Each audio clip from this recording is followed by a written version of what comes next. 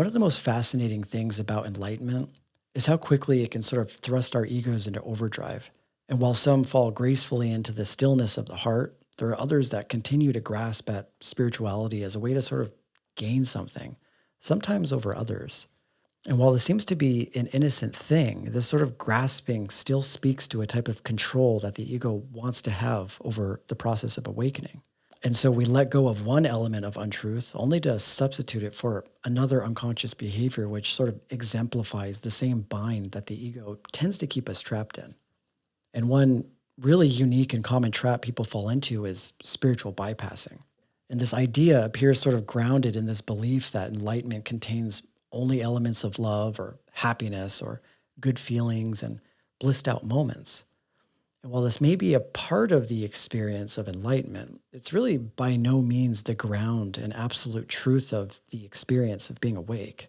Because when we think deeply about this idea of enlightenment only being based off of feelings of love, eventually we come to realize how polarizing of an idea this really is, which, ironically points to the ego's sort of continued influence on polarity thinking. Because when we say that something must be entirely good, there leaves a type of obvious contrast of there needing to be something that isn't. So when we proclaim that good vibes are only allowed in this space, we're also proclaiming in the same sentence that there must be something inherently wrong with feeling something other than happiness or love.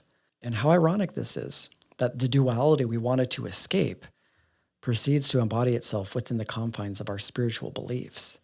And I think that we miss one really important understanding in these statements, which is that there isn't one person in the world that can maintain such a standard 24 hours a day. And well, why is this?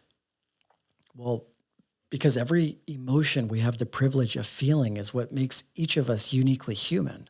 The gamut of emotions that we experience throughout our life is what provides meaning and depth and beauty to our experience. So I think it's important to understand the sort of integral roles that our shadows played in our journey towards enlightenment. Because just as our ability to love pulls us closer to truth, our deepest, darkest traumas are every bit as responsible for our ability to love as love itself. And I think when we can deeply understand that our light and our shadow exist as two sides of the same sort of proverbial coin, then we can begin seeing the struggles of others in a different way. And instead of picking a polar opposite of one side, we can invite the sort of myriad of human emotions into the space of awareness and offer them love.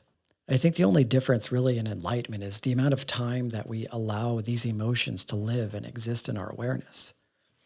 Because, to me, enlightenment is less about being happy all the time and more about being true and authentic to what we feel in whatever moment we happen to find ourselves in. So if you're happy, great, feel that. If you happen to be sad, invite that in as well. Because when we're perceiving life through the vantage point of our awareness, really nothing is off limits.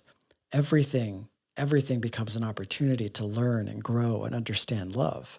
Because to me, enlightenment is less about what you do and more about who you are.